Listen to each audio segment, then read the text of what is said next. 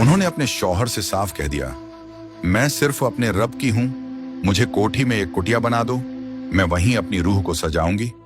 उनके शौहर ने नफ्स की नहीं, दिल की सुनी। राबिया को बहन की तरह कबूल किया और दूसरी शादी कर ली। राबिया अपने मकसद में मजीद बुलंद हुई, मगर एक हकीकत जो अक्सर रूहानी कहानियों में छिपा दी जाती है, वो यह कि राबिया तमाम इबादतों के बावजूद निजात हासिल न कर सकी। उनकी रूह को फिर तजदीद पैदाइश से गुजरना पड़ा।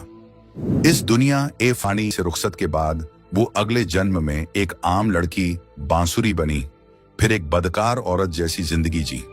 मगर उनकी रूह फिर भी पाक रही, क्योंकि उसमें अब भी तलब ए हक बाकी थी। आखिरकार वह शेख तकी जैसे बुजुर्ग की बेटी कमाली बनकर पैदा हुई। अगर आप इस हकीकत को और जानना चाहते हैं तो हमने इस्लाम में रिबर्थ यानी तजदीद ए पैदाइश पर एक मुकम्मल वीडियो तैयार किया है, जिसे देखना आपकी रूह को हकीकत की नई रोशनी से रोशन कर देगा।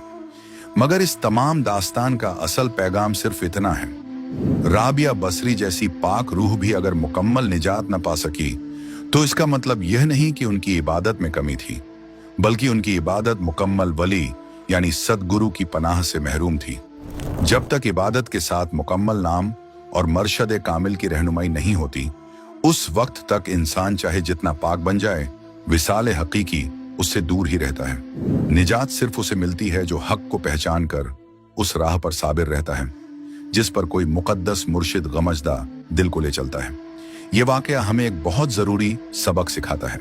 हालांकि हजरत राबिया की नेक रूह उस जन्म में अपनी एक गलती की वजह से, यानी अपने मुकम्मल मुर्शिद के बताए हुए हक के रास्ते से हट जाने के सबब मुकम्मल नजात हासिल नहीं कर पाई। वो पाक रूह आवागमन के चक्कर में कैद रही, बार बार पैदाइश और मौत के फेर में पड़ती रही। लेकिन मालिक कबीर साहब की मेहरबानी देखिए।